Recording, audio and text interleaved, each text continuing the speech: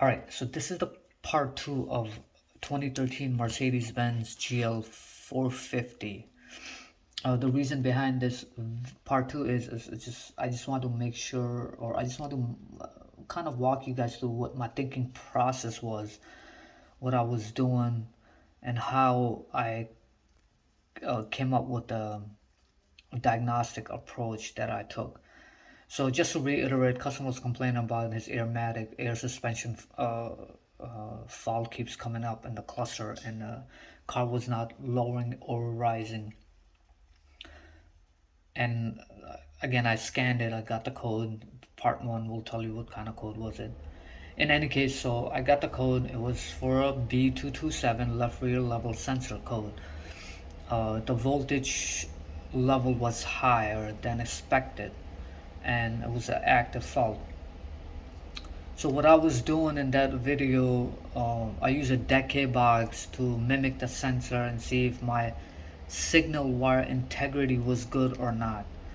I was able to check power, I was able to check ground, but the thing was that I couldn't check um, the signal wire, what is supposed to be, if I had a break on a wire, what voltage I'm supposed to be getting, and if the wire was, if it's a good intact wire, what voltage I should be getting. So I was a little confused about that, and when I was looking at the schematic and stuff, the module resides under the driver's seat, which requires you pretty much unbolt the driver's seat, move it out of the way, and gain access to the module.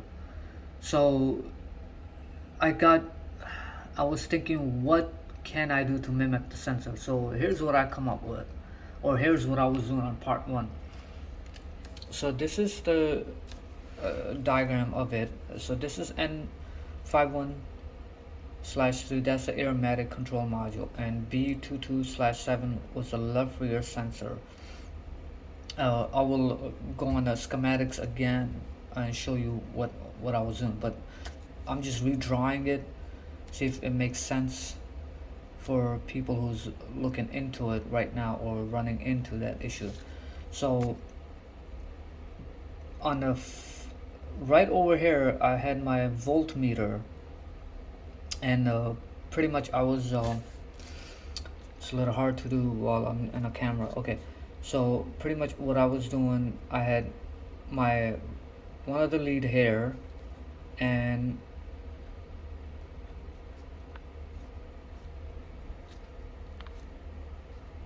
I was getting 5 volt. So one of the lead was on the 5 volt wire, and the other one was on the ground. And on the voltmeter, I was showing 5 volt, which was within the specs. The test module does tell you, if you look over here, the voltage between 500 millivolt, which is a half a volt, and 4500 millivolt, which is 4.5 volt. That's what I was getting, pretty much almost 5 volt. So on the 5 volt signal wire, this is a reference wire they're referring to. In any case, so I was getting 5 volts, which is within the specs. So I went ahead, I was trying to check the ground. So what I did, I pretty much took one of my test probe, hooked it up here, and my voltmeter lead was right here, voltmeter, and the other wire, I went back to 5 volt, and sure enough, I was getting 5 volt. That proves it, that I have a good ground wire coming from module, and I have a good 5 volt wire that is coming from module as well. And I was testing it by the sensor itself, as you can see in the part one, how I was testing it. So that confirms my wire integrities. My wires are good, and I don't have any short to ground, short to positive. So when it came down to testing the signal wire, what I was doing, first I checked it with my voltmeter.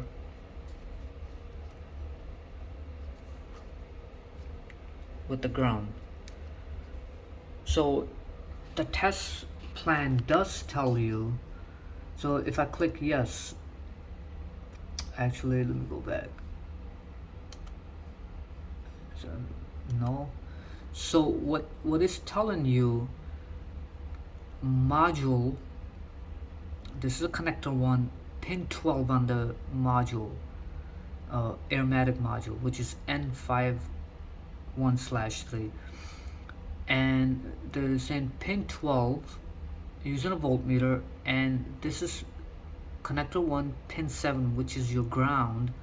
They want you to see if you have good power and ground. This is exactly what I was doing. One was this, and this one was right there. So that affirms it that I was getting good power and ground. So as you can see, it says between 4.75 to and 5.25 volts, which I was getting 5.05 volts. So I went ahead, okay, yeah, measurements, okay, you click next, and then now they're telling you pin 1, connector 1, pin 21, and then connector 1, pin 38. So that 38, I believe, that, so pin 38 was the signal wire, and pin 21, it's chassis ground. So this is what I did right here.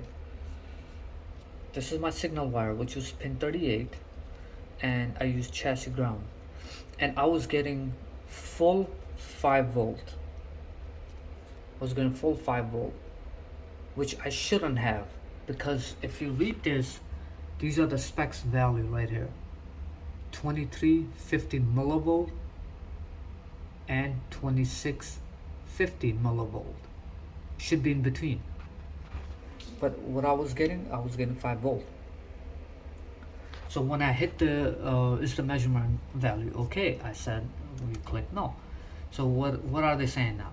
They're saying, they left me with saying test signal line of component B227 left rear sensor, or possible quasar, or the sensor itself is defective.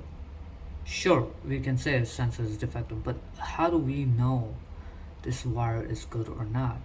The only the long way would be you take the driver's seat out of the way, and you gain access to the module, and then you can test the pin from there, or you can ohm out you can check the continuity between the signal wire from sensor all the way to the module.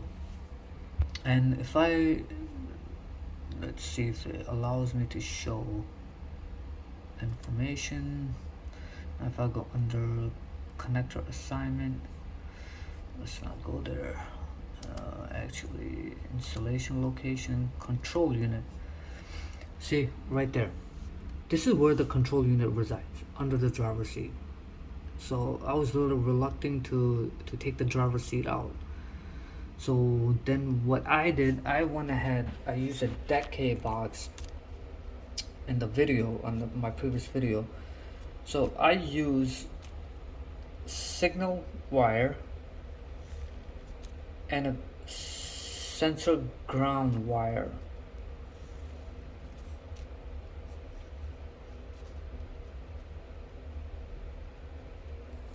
So decay box. So like I said, signal wire and a ground wire.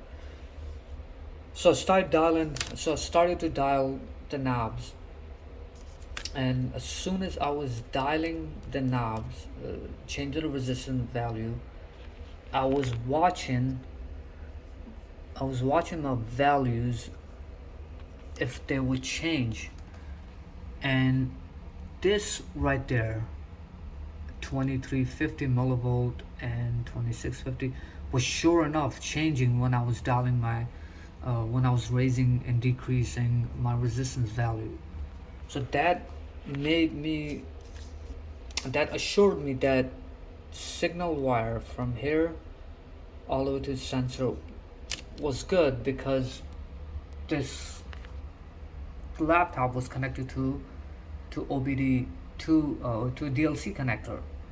So how's that DLC is reading? It's communicating through the module. So that signal wire that assured me is good. So call the dealer. We'll be getting the new sensor. Like I said, the reason I'm making this video, I just want to make sure that you guys know what the thought process was while I was testing. So let me pull up a wiring diagram. So this is a N1531N51/3. That's the Airmatic module, and B227. This is the sensor right here. As you can see, it's pink white, 5-volt reference, then blue white, which should be signal wire, and then brown white, it's a ground. So pretty much literally I just took this portion of the diagram and I just drew it right here to make it easy. But yeah, hopefully it makes sense to whoever want to know what's going on behind the scenes. Yeah, it's a little bit of a high-tech video.